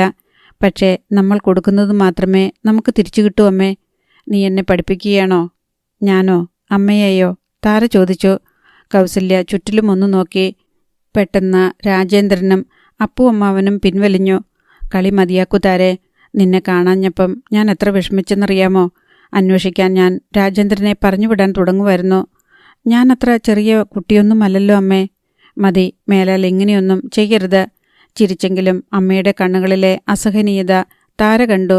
മകളുടെ കണ്ണിലെ കൂസലില്ലായ്മ കൗസല്യാദേവിയും കണ്ടു. അധ്യായം 15. വാർഡ്രോബ് തുറന്ന് ഏറെ നേരം പരിശോധിച്ചെങ്കിലും ഏത് സാരിയാണ് അന്ന് ഉടുക്കേണ്ടതെന്ന് തീരുമാനിക്കാൻ കൗസല്യാദേവിക്ക് കഴിഞ്ഞില്ല. മനോഹരമായ ഒരു പ്രഭാതമായിരുന്നു. അതിൻ്റെ സുഖം മുഴുവൻ താര നശിപ്പിച്ചു കളഞ്ഞു. അവൾ വന്നിട്ട് ഒരാഴ്ച പോലും ആയില്ല. അതിനു മുൻപേ വയലറ്റിൻ്റെ നിറത്തിൽ ചെറിയ മഞ്ഞപ്പൂക്കളുടെ പ്രിൻ്റുള്ള ഒരു സിൽക്ക് സാരി ഒടുവിൽ കൗസല്യയുടെ കണ്ണിൽപ്പെട്ടു. അവർ കൈനീട്ടി ഹാങ്ങറിൽ നിന്ന് അതെടുത്തു നോക്കി. ഒരിക്കൽ മാത്രം ഉടുത്ത സാരിയായിരുന്നു അത്. ഇന്ന് ജന്മദിനം ആഘോഷിക്കുന്ന കൗസല്യാദേവിക്ക് എൻ്റെ ചെറിയ സ്നേഹോപഹാരം. പാക്കറ്റ് കണ്ടപ്പോൾ സാരിയാണെന്ന് മനസ്സിലായി. സ്വർണ്ണവർണ്ണമുള്ള ചരടുകൊണ്ട് ബന്ധിച്ച ഭംഗിയുള്ള ആ പാക്കറ്റ് തുറന്നു നോക്കിയപ്പോൾ മനസ്സ് ഒന്ന് പിടഞ്ഞു. അതേ വയലറ്റ്. താരയുടെ അച്ഛൻ ഒരിക്കലും വയലറ്റ് നിറമുള്ള സാരി വാങ്ങി തന്നിട്ടില്ല. അദ്ദേഹത്തിൻ്റെ ഇഷ്ടമില്ലാത്ത നിറമായിരുന്നു അത്. വയലറ്റ് നിറത്തോടുള്ള ആഭിമുഖ്യം മനസ്സിൽ തന്നെ സൂക്ഷിച്ചു. സ്വന്തമായി സാരി വാങ്ങി തുടങ്ങിയപ്പോഴും ആ നിറത്തെ അവഗണിച്ചു. പക്ഷേ ഒടുവിൽ സിയാർ സാരി ഉടുത്തു കഴിഞ്ഞപ്പോൾ വയലറ്റ് നിറമുള്ള കല്ലുകൾ പതിച്ച കമ്മലുകളെടുത്ത് അണിഞ്ഞു. അതേ സെറ്റ് നെക്ലേസും. കൗസല്യാദേവി താഴേക്കിറങ്ങിച്ചെന്നപ്പോൾ ഡൈനിങ് റൂമിൽ താര കാത്തിരിക്കുന്നുണ്ടായിരുന്നു. അമ്മ വരാൻ നോക്കിയിരിക്കുകയായിരുന്നു ഞാൻ. താരയുടെ മുഖത്ത് ഒരു ഭാവഭേദവുമില്ല. ഇറക്കമുള്ള ബ്ലൗസും ധാരാളം ഞൊറികളുള്ള പാവാടയുമാണ് അവൾ ധരിച്ചിരുന്നത്. ആ വേഷത്തിൽ ഒരു 17കാരിയാണെന്നേ അവളെ കണ്ടാൽ തോന്നൂ. കൗസല്യ താരയുടെ അടുത്ത് ചെന്നിരുന്നു. ഈ വയലറ്റ് സാരി അമ്മയ്ക്ക് നന്നായി ഇണങ്ങുന്നുണ്ട്. അമ്മ തന്നെ സെലക്ട് ചെയ്തതാണോ ഇത്? താര ചോദിച്ചു. വേറെ ആരുണ്ട് എനിക്ക് സെലക്ട് ചെയ്തു തരാൻ? നിസ്സംഗതയോടെ കൗസല്യാദേവി മറുചോദ്യം ചോദിച്ചു. ഫ്രണ്ട്സ് ആരെങ്കിലും? താര പറഞ്ഞതിൻ്റെ പിന്നിൽ എന്തെങ്കിലും ദുരർത്ഥങ്ങളുണ്ടോ? എനിക്ക് അധികം ഫ്രണ്ട്സില്ലെന്ന് അറിയില്ലേ നിനക്ക്? ഒരു സാരി സമ്മാനിക്കാൻ അധികം ഫ്രണ്ട്സ് വേണമെന്നില്ലല്ലോ അമ്മേ. ഒരാളായാലും മതിയല്ലോ. ഈ നിറത്തിലുള്ള സാരി ഇതുവരെ അമ്മ ഉടുത്തു കണ്ടിട്ടില്ല. അതുകൊണ്ട് ചോദിച്ചെന്നേയുള്ളൂ. കൗസല്യ ഒന്നും പറഞ്ഞില്ല. വെണ്ണ പുരട്ടിയ 2 കഷ്ണം ബ്രെഡ് എടുത്ത് അവർ സ്വന്തം പ്ലേറ്റിൽ വെച്ചു. ഒഴിഞ്ഞ പ്ലേറ്റ് മുന്നിൽ വെച്ച് വെറുതെ ഇരിക്കുകയായിരുന്നു താര. നീ ഒന്നും കഴിക്കുന്നില്ലേ? ഹോസ്റ്റലിൽ മിക്ക ദിവസവും റൊട്ടിയാണമ്മേ. തിന്നു മടുത്തു. വേറെന്തെങ്കിലും ഉണ്ടാക്കാൻ പറയാമായിരുന്നില്ലേ നിനക്ക്? താര പുഞ്ചിരിച്ചതല്ലാതെ മറുപടി പറഞ്ഞില്ല. അപ്പോഴേക്കും ദേവകി വന്നു. വലതു കൈയിലെ പ്ലേറ്റിൽ ആവി പറക്കുന്ന പുട്ട്. പപ്പടമില്ലേ ദേവകി? താര ചോദിച്ചു. ദാ ഇപ്പം കൊണ്ടുവരാം. കൗസല്യ ബ്രെഡ് മുറിച്ച് ചുണ്ടുകളിൽ സ്പർശിക്കാതെ വായിലിട്ട് സാവധാനം ചവച്ചു. പുഴുങ്ങിയ ചെറുപയറും പപ്പടവുമായി ദേവകി വന്നു. താരയ്ക്ക് സന്തോഷമായി. അമ്മയും മകളും നിശബ്ദരായാണ് പ്രാതൽ കഴിച്ചത്. ആ നിശബ്ദത അസഹ്യമായി തോന്നി താരയ്ക്ക്. അമ്മയ്ക്ക് തന്നോട് നീരസമുണ്ടെന്ന് അവൾക്കുറപ്പുണ്ടായിരുന്നു. അമ്മ എന്താ ഒന്നും മിണ്ടാത്തത്? ഒടുവിൽ താര ചോദിച്ചു. ഒന്നും മിണ്ടാനില്ലാത്തതുകൊണ്ട്. എന്നോട് ദേഷ്യമുണ്ട് അമ്മയ്ക്ക്? എന്തിന്? പറയാതെ കാവിൽ പോയതിന്? ഏയ്, അമ്മയെ ധിക്കരിച്ചതല്ല. വിഷമിപ്പിക്കണമെന്ന് മനഃപൂർവ്വം ചെയ്തതുമല്ല. രാവിലെ എഴുന്നേറ്റപ്പോൾ നടക്കാൻ പോവാൻ ഒരു മൂഡ് തോന്നി. വേഗം വരാമെന്നാണ് വിചാരിച്ചത്. സോറി. സാരമില്ല. കൗസല്യ ചായ എടുത്ത് ഒന്ന് മുത്തി. ഇനി ഇവിടെ വെറുതെ ഇരിപ്പല്ലേ എനിക്ക് പണി. ബോറടിക്കും. ഞാൻ ചിലപ്പോൾ പുറത്തൊക്കെ ഒന്ന് പോകും. അമ്മയോട് പറയാൻ പറ്റിയെന്ന് വരില്ല. എവിടെ പോകും നീ? ദൂരെയെങ്ങുമല്ല. ചെമ്പകത്തറയിലും കത്രീനാമ്മയുടെ വീട്ടിലും. ചെറിയച്ഛൻ താമസിക്കുന്ന തറവാടാണ് ചെമ്പകത്തറ. ചെമ്പകത്തറയിലേക്ക് അധികം യാത്രയൊന്നും വേണ്ട, കൗസല്യ പറഞ്ഞു. അതെന്താ അമ്മേ? നമ്മെ ഇഷ്ടമില്ലാത്തവരുടെ അടുത്തേക്ക് നമ്മൾ എന്തിനാ പോകുന്നത്? എന്നോട് അവരാരും ഇഷ്ടക്കേട് കാണിച്ചിട്ടില്ലല്ലോ അമ്മേ. അപ്പോൾ എന്നെ മാത്രമാണ് അവർക്ക് കണ്ടുകൂടാത്തത്. താര ഒന്നും പറഞ്ഞില്ല. കൗസല്യ എണീറ്റ് കൈ കഴുകി. ഞാൻ ചിലപ്പോൾ വരാൻ വൈകും. ഉച്ചയ്ക്ക് ഉണ്ണാൻ എന്നെ കാക്കണ്ട, അവൻ പറഞ്ഞു. രാജേന്ദ്രൻ അപ്പോഴേക്കും കാർ കൊണ്ടുവന്ന് പോർച്ചിൽ നിർത്തിയിരുന്നു. ഓഫീസിൽ ചെന്നു കഴിഞ്ഞാൽ ആദ്യം ചെയ്യേണ്ട കാര്യം എന്തായിരിക്കണമെന്ന് കൗസല്യാദേവി തലേദിവസം രാത്രിയിൽ തന്നെ തീരുമാനിച്ചിരുന്നു. സിയാറിന് ഒരു ഫോൺ കോൾ. വേണമെങ്കിൽ വീട്ടിൽ വെച്ച് വിളിക്കാമായിരുന്നു. പക്ഷേ താര വീട്ടിലുണ്ടല്ലോ. അവൾ കേട്ടാൽ അത് ശരിയാവില്ല. മാധവ എൻ്റർപ്രൈസസിൻ്റെ ഓഫീസിനു മുന്നിൽ കാർ നിന്നു. അല്പം മാറി പാർക്ക് ചെയ്തിരുന്ന കറുത്ത മോട്ടോർ സൈക്കിൾ കണ്ടപ്പോൾ ബാലകൃഷ്ണൻ എത്തിയിട്ടുണ്ടെന്ന് മനസ്സിലായി. കൗസല്യാദേവി നേരെ അവരുടെ മുറിയിലേക്കാണ് പോയത്. ഡോർ തുറന്ന് അകത്തു കയറിയിട്ട് വാതിലിനടുത്ത് അവർ ചെരുപ്പ് അഴിച്ചുവെച്ചു. രോമം കളയാതെ മൃഗത്തോൽ പോലെ മൃദുവായ കാർപ്പറ്റാണ് മുറിയിൽ വിരിച്ചിരുന്നത്. അവിടെ നഗ്നപാതയായി നടക്കാനായിരുന്നു അവർക്കിഷ്ടം. ഗ്ലാസ് ടോപ്പുള്ള മേശപ്പുറം തുടച്ച് വൃത്തിയാക്കിയിരിക്കുന്നു. മുഖം നോക്കാം. മേശപ്പുറത്ത് ഒരു കഷ്ണം കടലാസ് പോലുമില്ല. സൈഡ് ടേബിളിൽ 2 ടെലിഫോണുകൾ. ഒന്ന് ചുവപ്പ്, മറ്റേത് വെളുപ്പും. റിവോൾവിംഗ് ചെയറിൽ ഇടത്തോട്ട് തിരിഞ്ഞ് അവർ ചുവന്ന ടെലിഫോണിൻ്റെ റിസീവർ എടുത്ത് സിയാറിൻ്റെ വീട്ടിലെ നമ്പർ ഡയൽ ചെയ്തു. 10 മണി കഴിഞ്ഞ് സിയാർ സാധാരണ ഓഫീസിലേക്ക് പോകൂ. ഡ്യൂട്ടിയിലാണെങ്കിൽ ചിലപ്പോൾ വീട്ടിലുണ്ടായില്ലെന്ന് വരാം. എങ്കിൽ അജിതയായിരിക്കും ഫോൺ എടുക്കുക. കുഴപ്പമില്ല. ഭർത്താവിൻ്റെ സ്നേഹിതയാണ് കൗസല്യാദേവി എന്നറിഞ്ഞുകൊണ്ട് എതിർപ്പുണ്ടായിരുന്നെങ്കിലും എങ്ങനെയോ അത് ഇല്ലാതാവുകയും തമ്മിൽ കണ്ടാൽ സൗഹൃദത്തോടെ സംസാരിക്കാൻ കഴിയുന്ന അവസ്ഥയിലെത്തിച്ചേരുകയും ചെയ്തിരിക്കുന്നു. സിയാറിനെ തന്നെയാണ് കിട്ടിയത്. Hello, DYSP Rajasekharan Nair. ഇത് ഞാനാണ്, കൗസല്യ. പെട്ടെന്ന് സിയാറിൻ്റെ സ്വരത്തിലെ ഔപചാരികത അപ്രത്യക്ഷമായി. എന്താ കൗസല്യ, രാവിലെ എവിടെ നിന്നാ വിളിക്കുന്നത്? ഓഫീസിൽ നിന്നാണ്. വന്നതേയുള്ളൂ ഞാൻ. ഒന്ന് കാണണമായിരുന്നു. എപ്പോഴാണ് സൗകര്യം?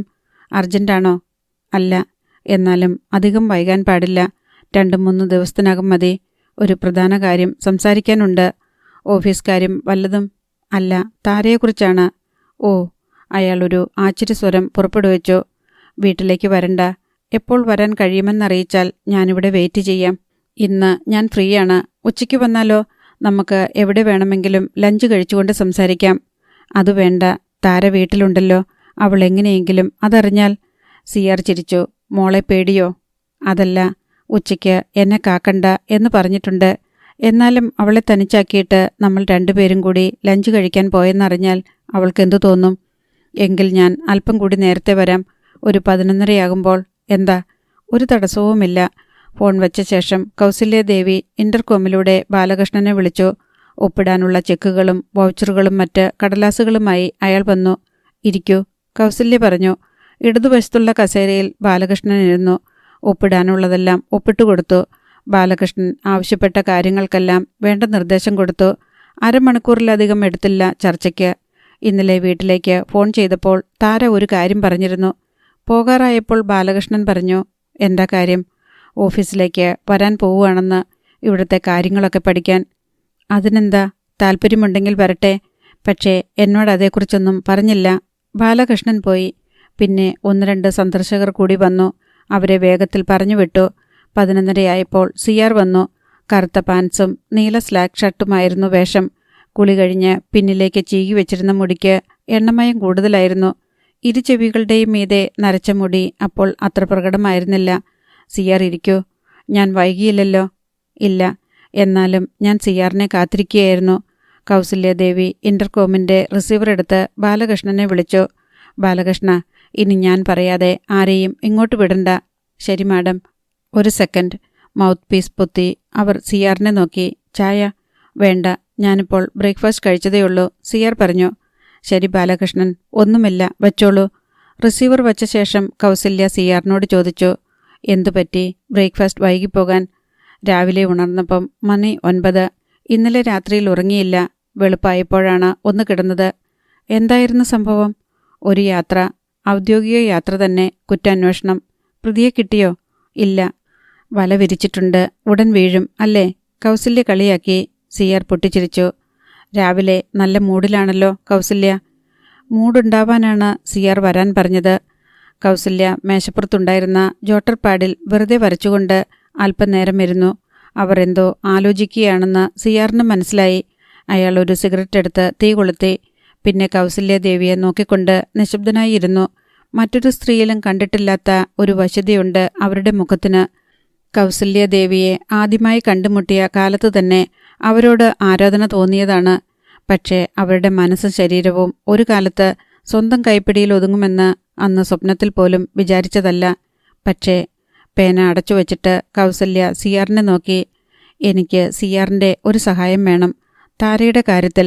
അതേക്കുറിച്ച് സംസാരിക്കാനാണ് കാണണമെന്ന് പറഞ്ഞത്. എന്ത് സഹായമാണെന്ന് സിയാർ ചോദിച്ചില്ല. താര MA പരീക്ഷ എഴുതിയിട്ട് വന്നതല്ലേ. ഇനി അവളെ പഠിക്കാൻ വിടാൻ ഞാൻ ഉദ്ദേശിക്കുന്നില്ല. വയസ്സ് 22 തികഞ്ഞിരിക്കുന്നു. അറിയാമോ സിയാറിന്? 20ാമത്തെ വയസ്സിൽ കല്യാണം കഴിച്ചവളാണ് ഞാൻ. സിയാറിൻ്റെ കയ്യിലെ സിഗരറ്റിൻ്റെ തുമ്പിലെ ചാരം അപ്പോഴാണ് കൗസല്യയുടെ ശ്രദ്ധയിൽപ്പെട്ടത്. സൈഡ് ടേബിളിൽ മാറ്റിവെച്ചിരുന്ന ആഷ്ട്രേ എടുത്ത് അത് വാങ്ങി സിഗരറ്റിൻ്റെ ചാരം തട്ടിയിട്ടു. എത്രയും വേഗം താരയുടെ കല്യാണം നടത്തണം. അത് നീട്ടിക്കൊണ്ടു പോകാൻ എനിക്ക് ആഗ്രഹമില്ല. എത്രയും വേഗം? സിയാർ ചോദിച്ചു. അതെ, അവളുടെ റിസൾട്ട് അറിയും മുൻപ്, അതായത് 2 മാസത്തിനുള്ളിൽ, ദൃഢനിശ്ചയത്തോടെ കൗസല്യ പറഞ്ഞു.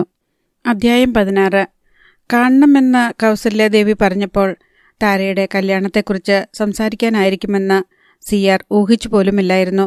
പുതിയ ഏതെങ്കിലും ബിസിനസ് സംരംഭത്തെക്കുറിച്ച് അഭിപ്രായം ചോദിക്കാനോ അല്ലെങ്കിൽ ഏതെങ്കിലും വ്യക്തിയെക്കുറിച്ച് രഹസ്യാന്വേഷണം നടത്തുന്ന കാര്യം പറയാനോ ആയിരിക്കുമെന്നാണ് കരുതിയത്. പരിചയമില്ലാത്ത ഏതെങ്കിലും വ്യക്തിയുമായി ഏതെങ്കിലും ബിസിനസ് ഇടപാട് നടത്തേണ്ടി വരുമ്പോൾ ആ ആളിനെക്കുറിച്ചും സ്ഥാപനത്തെക്കുറിച്ചും കൗസല്യാദേവി സിയാറിനെ കൊണ്ട് രഹസ്യമായി അന്വേഷിക്കാറുണ്ട്. സിയാർ എന്താണ് ഒന്നും പറയാത്തത്? കൗസല്യ ചോദിച്ചു. സംസാരിച്ചു കഴിഞ്ഞില്ലല്ലോ, ബാക്കി കൂടി കേൾക്കട്ടെ. അവളുടെ കല്യാണം നടത്തുന്നതിനെക്കുറിച്ച് എന്തു പറയുന്നു? ആലോചിക്കാനുള്ള സമയമായി. എത്രയും വേഗം അത് നടത്തുകയും വേണം. പക്ഷേ താരയുടെ അഭിപ്രായം കൗസല്യ ചോദിച്ചോ? ഇല്ല. സ്വമനസാലെ അവൾ സമ്മതിക്കുമെന്ന് എനിക്ക് തോന്നുന്നില്ല. ഇനിയും പഠിക്കണമെന്ന് ആഗ്രഹം കാണും. MA കഴിഞ്ഞില്ലേ, ഇനി എന്ത് പഠിക്കാൻ? റിസർച്ച് ചെയ്യാമല്ലോ. അല്ലെങ്കിൽ തന്നെ വേറെത്രയോ ഡിപ്ലോമ കോഴ്സുകൾ കിടക്കുന്നു. സമയം കളയാൻ ആഗ്രഹിക്കുന്നവർക്ക് അതിനാണ് പ്രയാസം. ഞാൻ വിചാരിച്ചത് ഇങ്ങനൊന്നുമല്ല. പിന്നെ താരയെ കൗസല്യ ഓഫീസിലേക്ക് കൊണ്ടുവരുമെന്നും കല്യാണത്തിനു മുൻപ് എല്ലാം പരിശീലിപ്പിച്ച് മാധവ എൻ്റർപ്രൈസസിൻ്റെ ചുമതലകൾ ഭാഗികമായിട്ടെങ്കിലും ഏൽപ്പിക്കുമെന്നായിരുന്നു. എൻ്റെയും ആഗ്രഹം അതായിരുന്നു. പക്ഷേ അത് വിജയിക്കുകയില്ല CR. താര ഒരു സ്വപ്നജീവിയാണ്. അവൾക്ക് പറ്റില്ല ബിസിനസ്. കഴിയുന്നതും വേഗം അവളുടെ കല്യാണം നടത്തണമെന്ന് ഞാൻ പറഞ്ഞതിൻ്റെ പ്രധാന കാരണവും അതാണ്. കൊള്ളാവുന്ന ഒരു ചെറുപ്പക്കാരന് അവളെ ഏൽപ്പിച്ചു കൊടുത്താൽ ബാക്കിയെല്ലാം അവൻ നോക്കിക്കൊള്ളും. അത് നേരാണ്, CR പറഞ്ഞു. ഇനിയാണ് എനിക്ക് CRൻ്റെ സഹായം വേണ്ടത്. പറയൂ. പത്രത്തിൽ വാഹപരസ്യം കൊടുക്കാനും ബ്രോക്കറെ ഏർപ്പെടുത്താനും നാടുനീളെ അന്വേഷിച്ച് നടക്കാനും ഒന്നും ഞാൻ ഇഷ്ടപ്പെടുന്നില്ല. അവൾക്ക് യോജിച്ച ഒരുത്തിനെ CR കണ്ടുപിടിച്ചു തരണം. അതത്ര പ്രയാസമുള്ള കാര്യമാണെന്ന് എനിക്ക് തോന്നുന്നില്ല. എങ്കിലും കൗസല്യയുടെ മനസ്സിലുള്ള ചെറുപ്പക്കാരൻ്റെ യോഗ്യതകളെക്കുറിച്ച് അറിഞ്ഞാൽ കൊള്ളാം. അത് പറയാം. അത്ര വലിയ സൗന്ദര്യമൊന്നും ഉണ്ടാവണമെന്നില്ല. പക്ഷേ താരയ്ക്ക് അനുയോജ്യനായിരിക്കണം. അവളുടെ അത്രയെങ്കിലും വിദ്യാഭ്യാസവും നല്ല ആരോഗ്യവും ഉണ്ടായിരിക്കണം. അന്തസ്സുള്ള കുടുംബമായിരിക്കണം. ബിസിനസ്സുകാരനാവണമെന്ന് നിർബന്ധമൊന്നുമില്ല. കല്യാണം കഴിഞ്ഞാൽ നമ്മളോടൊപ്പം നിൽക്കാൻ തയ്യാറുള്ളവനായിരിക്കണം. എന്നുവെച്ച് മാധവ സദനത്തിൽ വന്ന് താമസിക്കണമെന്നല്ല അർത്ഥം. അവർക്ക് വേറെ വീടുണ്ടാക്കി കൊടുക്കാം. ഭാര്യ വീട്ടിൽ താമസിക്കാൻ ചിലരൊന്നും ഇഷ്ടപ്പെടുകയില്ല. അപ്പോൾ അവിടെ കൗസല്യ തനിച്ച്. എൻ്റെ കാര്യം കളയൂ. കൗസല്യ ചിരിച്ചു. CR അല്പനേരം എന്തോ ആലോചിച്ചിരുന്നു. പയ്യന് എന്തെങ്കിലും ജോലി ഉണ്ടായിരിക്കണമെന്നുണ്ടോ? വേണമെന്നില്ല. പക്ഷേ ഒരു പ്രൊഫഷണലായാൽ നന്നായിരുന്നു. ആ ഫീൽഡിലെങ്കിലും സാമാന്യം അറിവുണ്ടാവുമല്ലോ. CR സിഗരറ്റ് ചാരം ആശ്രയിലേക്ക് തട്ടിയിട്ടു. അപ്പോൾ അയാളുടെ മുഖത്ത് ഒരു മന്ദഹാസത്തിൻ്റെ തെളിച്ചമുണ്ടായിരുന്നു. കൗസല്യ ഇക്കാര്യം പറഞ്ഞു തുടങ്ങിയപ്പോൾ തന്നെ ഒരു ചെറുപ്പക്കാരൻ്റെ കാര്യം എനിക്ക് ഓർമ്മ വന്നു. ആൾ എൻ്റെ ബന്ധുവാണ് എന്നൊരു അയോഗ്യത മാത്രമേ ഞാൻ കാണുന്നുള്ളൂ. CR പറഞ്ഞു. ബന്ധുവോ? അതാര്? എൻ്റെ അനുജത്തി ചന്ദ്രമതിയെ കൗസല്യ കണ്ടിട്ടില്ലല്ലോ. അവളുടെ ഭർത്താവിൻ്റെ അനുജനാണ്. പേര് വേണുഗോപാൽ. LLB കഴിഞ്ഞ് ഇപ്പോൾ ഒരു പ്രമുഖ അഡ്വക്കേറ്റിൻ്റെ ജൂനിയറായി പ്രാക്ടീസ് ചെയ്യുന്നു. വീട്ടിൽ ആരൊക്കെയുണ്ട്? അച്ഛൻ നേരത്തെ മരിച്ചുപോയി. 2 വർഷം മുൻപ് അമ്മയും മരിച്ചു. ഒരു ചേട്ടൻ മാത്രമേയുള്ളൂ. വേറെ സഹോദരങ്ങളില്ല. വേണുവിൻ്റെ ചേട്ടൻ രാധാകൃഷ്ണനാണ് ചന്ദ്രമതിയെ കല്യാണം കഴിച്ചിരിക്കുന്നത്. കുടുംബ വീട്ടിൽ അവരോടൊപ്പമാണ് വേണു താമസിക്കുന്നത്. കേട്ടിട്ട് കൊള്ളാമെന്ന് തോന്നുന്നല്ലോ. ഒരു കണക്കിന് ഒറ്റത്തടി. അങ്ങനെ ഒരാളെയാണ് നമുക്ക് വേണ്ടതും. കെട്ടുപാടുകളില്ലാത്ത നമ്മോടൊപ്പം ചേരുന്ന ഒരാൾ. വേണു മിടുക്കനാണ് കൗസല്യെ. താരയ്ക്ക് നന്നായി ചേരും. അവളുടെ അതേ നിറമാണ്. കണ്ടാൽ ഒരമ്മ പെറ്റവരെ പോലെ തോന്നും. മിടുക്കനാണ്. വക്കീലായതുകൊണ്ട് പലതരത്തിൽ പ്രയോജനമുണ്ടാവും. വേണുവിനെ CR അടുത്തറിയുമോ എന്ന് ചോദിച്ചാൽ ചന്ദ്രമതിയുടെ കല്യാണം കഴിഞ്ഞിട്ട് 3 വർഷമായതേയുള്ളൂ. അഡ്വക്കേറ്റ് സദാശിവൻ നായരുടെ ജൂനിയറായി അവൻ ചേർന്ന കാലമാണത്. അന്നു മുതൽ വേണുവിനെ എനിക്കറിയാം. അവനെക്കുറിച്ചുള്ള എൻ്റെ ഇംപ്രഷൻ ഇതാണ്. He smart, intelligent and ambitious. കൗസല്യദേവിക്ക് തൃപ്തിയായി. CRനെ രാവിലെ വിളിക്കാൻ തോന്നിയത് നന്നായി. നമുക്കിത് പ്രൊസീഡ് ചെയ്യാം എന്നുവെച്ച് ധൃതി കൂട്ടണ്ട. പെങ്ങളോടോ വേണുവിൻ്റെ ചേട്ടനോടോ ഒന്ന് സംസാരിച്ചു നോക്കൂ. ഞാൻ പറഞ്ഞിട്ടാണെന്ന് തോന്നണ്ട. CRൻ്റെ സ്വന്തം അഭിപ്രായമായി അവതരിപ്പിച്ചാൽ മതി. അക്കാര്യം ഞാൻ ഏറ്റു. CR ഉറപ്പിച്ചു പറഞ്ഞു. മനസ്സിൽ നിന്ന് വലിയ ഒരു ഭാരം ഒഴിഞ്ഞു പോയതുപോലെ തോന്നി കൗസല്യദേവിക്ക്. താരയ്ക്ക് പറ്റിയ ഒരു വരനെ കണ്ടുപിടിക്കുക അത്ര എളുപ്പമുള്ള കാര്യമല്ലെന്ന് അവർക്ക് തീർച്ചയുണ്ടായിരുന്നു. CR പറഞ്ഞത് കേട്ടിട്ട് അത്രയൊന്നും പ്രയാസം അനുഭവപ്പെടില്ലെന്ന് തോന്നുന്നു. പിന്നെയും അല്പനേരം കൂടി അവർ സംസാരിച്ചിരുന്നു. ചുവരിലെ ക്ലോക്കിൽ മണി 12:30 അയാൾ എഴുന്നേറ്റു. ഇനി ഞാൻ പോവുകയാണ് കൗസല്യെ. ഇതുവഴി ഓഫീസിലും ഒന്ന് കയറണം.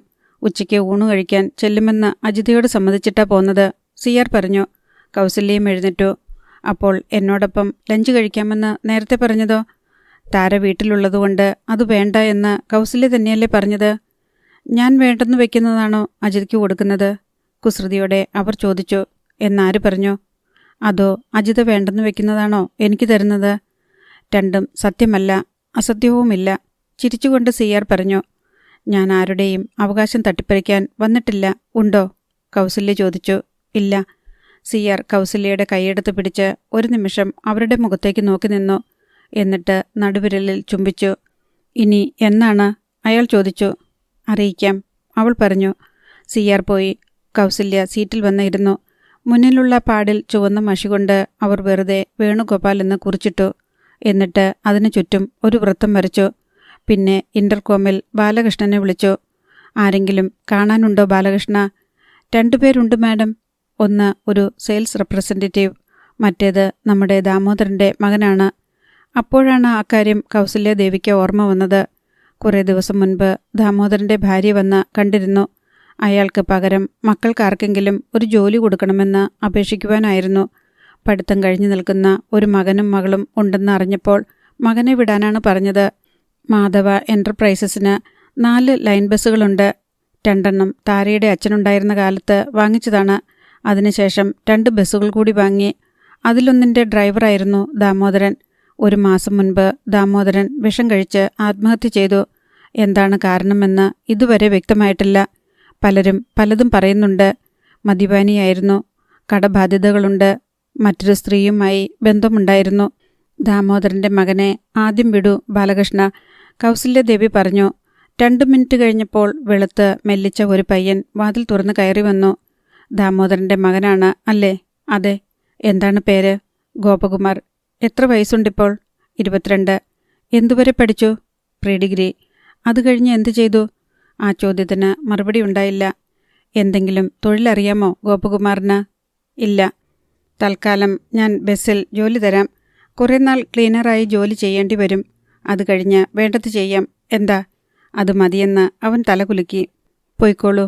നാളെ വന്ന് മാനേജരെ കണ്ടാൽ മതി. ഞാൻ പറഞ്ഞേക്കാം. അവൻ തൊഴുതിട്ട് ഇറങ്ങിപ്പോയി. പിന്നെ അടുത്ത സന്ദർശകൻ വന്നു. അയാളെയും വിട്ടുകഴിഞ്ഞപ്പോൾ സമയം 1:15. അപ്പോൾ തന്നെ ബാലകൃഷ്ണനെ വിളിച്ചു. ഞാൻ വീട്ടിലേക്ക് പോവുക ബാലകൃഷ്ണ. ഓ, ഞാനത് മറന്നു. മാധവ എൻ്റർപ്രൈസസിൻ്റെ അഭിഭാഷകനാണ് സീതാരാമൻ. ചില കേസുകൾ കോടതിയിലുണ്ട്. ഞാൻ 3:30 വരാം. പോരെ? അത് മതി. കൗസല്യാദേവി കാറിൽ കയറി. അതെ, ഒരു ഡോക്ടറോ എഞ്ചിനീയറോ ബാങ്ക് ഓഫീസറോ ഒന്നുമല്ല. ഇനി കുടുംബത്തിൽ ഒരംഗമായി വരേണ്ടത് ഒരു വക്കീലാണ്. മാധവ സദനത്തിലെത്തിയപ്പോൾ താര അവിടെ ഉണ്ടായിരുന്നില്ല. താര എവിടെ ദേവകി? കൗസല്യ തിരക്കി. ദേവകി ഒന്ന് പരിങ്ങി. കത്രീന അമ്മയെ കണ്ടിട്ട് വരാമെന്ന് പറഞ്ഞു പോയതാ. എപ്പോൾ? ഇത്തിരി നേരമായി. ഞാൻ വിളിച്ചോണ്ട് വരാം. വേണ്ട, നീ ചോറെടുത്ത് വയ്ക്ക്. വിശക്കുമ്പോൾ അവൾ വന്നോളും. കൗസല്യ നീരസത്തോടെ പറഞ്ഞു. താര അപ്പോൾ കത്രീന അമ്മയുടെ വീട്ടിലായിരുന്നു. 2 മണിക്കൂർ മുൻപാണ് അവൾ അവിടെ ചെന്നത്. അപ്പോൾ കോഴിക്കുഞ്ഞുങ്ങളെ വളർത്താൻ കമ്പി വല കൊണ്ട് കൂടുണ്ടാക്കുകയായിരുന്നു ജോയി. അമ്മ ചൂടായോ രാവിലെ? താരയെ കണ്ടപ്പോൾ അയാൾ ചോദിച്ചു. ഏയ്, ഞാനത് കാര്യമാക്കിയില്ല. തീയിൽ കുരുത്തവളല്ലേ ഞാൻ. അയാൾ ചിരിച്ചു. ശരിയാ. ഇളം വെയിൽ പോലും ഇതുവരെ ഏൽക്കേണ്ടി വന്നില്ലല്ലോ. ഇപ്പം താരക്കുട്ടിക്ക് ഇങ്ങനൊക്കെ തോന്നും. അമ്മച്ചിയില്ലേ ജോയി? ഉണ്ടല്ലോ. അവൾ വീട്ടിലേക്ക് കയറി ചെന്നു. കത്രീന അമ്മ താരയെ കെട്ടിപ്പിടിച്ച് കരഞ്ഞു. പിന്നെ കണ്ണീരോടെ മോളിയുടെ പുതിയ കഥ പറഞ്ഞു. മട്ടാഞ്ചേരിയിലുണ്ട് മോളിയെന്ന് ജോയി പറഞ്ഞായിരുന്നു. അമ്മച്ചി എന്തിനാ വെറുതെ വിഷമിക്കുന്നേ? ഒരാണിൻ്റെ കൂടെയല്ലേ അവൾ പോയത്. അവൾക്കൊരു ദുഃഖവും വരില്ല. താര സമാധാനിപ്പിച്ചു. എന്നാലും നാട്ടുകാർ ഓരോന്ന് ചോദിക്കുമ്പം. പെട്ടെന്ന് ജോയി അവിടേക്ക് വന്നു. അമ്മച്ചി പദം പറഞ്ഞിരിക്കുന്നേയുള്ളോ? താരക്കുട്ടി വന്നിട്ട് എന്നാ കൊടുത്തു? അയ്യോ മോനെ, ഞാൻ അക്കാര്യമങ്ങ് മറന്നു. കത്രീനമ്മ ഓടിച്ചെന്ന് ചായ്പുമുറിയിലെ കഴുക്കോലിൽ കെട്ടിത്തൂക്കിയിരുന്ന പൂവൻ കുലയിൽ നിന്ന് 4-5 പഴം ഉരിഞ്ഞെടുത്തുകൊണ്ട് വന്നു. ഇത് തിന്നുമോളെ. അപ്പോഴേക്കും ജോയി കരിക്കുവെട്ടി താരയ്ക്ക് കൊടുത്തു. കത്രീന അമ്മയോടും ജോയിയോടും സംസാരിച്ചിരുന്നപ്പോൾ നേരം പോയതറിഞ്ഞില്ല. നാട്ടുകാര്യങ്ങൾ ഓരോന്നായി കത്രീനമ്മ എടുത്തിട്ടു.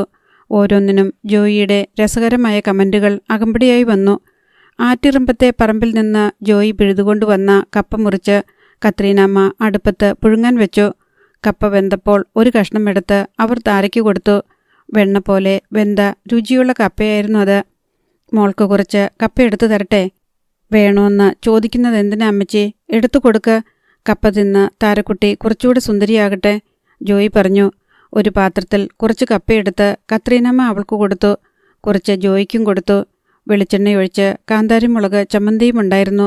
അവർ കപ്പ തിന്നുകൊണ്ടിരിക്കുമ്പോഴാണ് പാത്തും പതുങ്ങിയും ദേവകി വന്നത്. അമ്മ വന്നോ ദേവകി? കാര്യം മനസ്സിലായതുപോലെ താര ചോദിച്ചു. വന്നിട്ട് കുറേ നേരമായി. താരമോളെ കാണാഞ്ഞ് ദേഷ്യത്തില.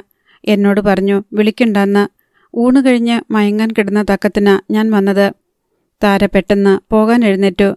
ഞാൻ പോവൂ അമ്മച്ചി, ഇനി നാളെ വരാം. അവളുടെ ഭാവവ്യത്യാസം കണ്ട് ജോയ് ചിരിച്ചുകൊണ്ട് പറഞ്ഞു. തീയിൽ കുരുത്തതല്ലേ, പേടിക്കാതെ ചെല്ല്. ദേവകിയുടെ പിന്നാലെ താര ഏതോ കുറ്റം ചെയ്ത കുട്ടിയെപ്പോലെ നടന്നു. അടുത്ത ഭാഗം നാളെ.